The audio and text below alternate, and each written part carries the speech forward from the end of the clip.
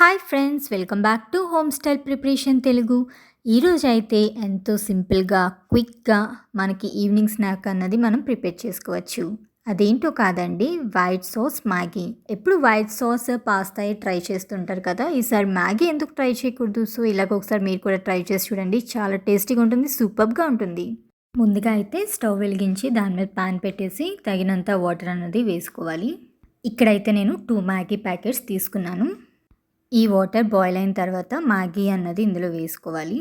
So చూసారు కదా, ఈ విధంగా వేసేసి మ్యాగీ ఉడికినంత వరకు ఇలా ఉంచుకోవాలి. సో ఇప్పుడైతే స్టవ్ అన్నది ఆఫ్ చేసేసి సేమ్ అదే ప్యాన్లో ఇప్పుడు కొంచెం ఆయిల్ అన్నది వేసుకోవాలి.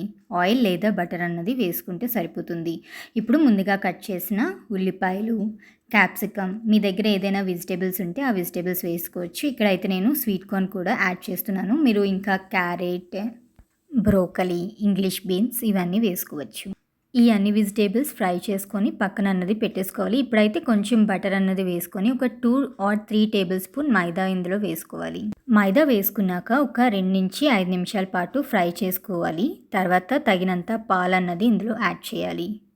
మిల్క్ అయితే ఇక్కడ కొంచెం కొంచెంగా యాడ్ చేసుకుంటూ కలుపుతూ ఉండాలి. సో అప్పుడు ఉండలు కట్టకుండా ఉంటుంది, ఎటువంటి లమ్స్ లేకుండా చూసుకోవాలి. సో చూసారు కదా, ఈ విధంగా పాలు మరిగిన తర్వాత ఇందులో అయితే ఇప్పుడు pepper powder, chilli flakes, Maggi powder ఇందులో యాడ్ చేసుకోవాలి. అందులో తర్వాత ఆర్గానో ఆర్ మిక్స్డ్ హర్బ్స్ అన్నవి ఇందులో మిక్స్ చేసుకోవాలి. సో చూసారు కదా, ఈ విధంగా దగ్గరికి అయిన తర్వాత ముందుగా ఏదైతే ఫ్రై చేసుకొని వెజిటేబుల్స్ ఉంచామో ఈ వెజిటేబుల్స్ అన్నది ఇందులో వేసేసి ఇంకో 2 నిమిషాల పాటు ఫ్రై చేసుకోవాలి. సో ముందుగా బాయిల్ చేసుకున్న మ్యాగీ కూడా ఇందులో వేసుకొని కలుపుకోవాలి. సో చూసారు కదా, ఎంత ఎమ్మీగా ఈజీ ప్రాసెస్లో మనం వైట్ సాస్ మ్యాగీ అన్నది రెడీ చేసేసుకున్నాం.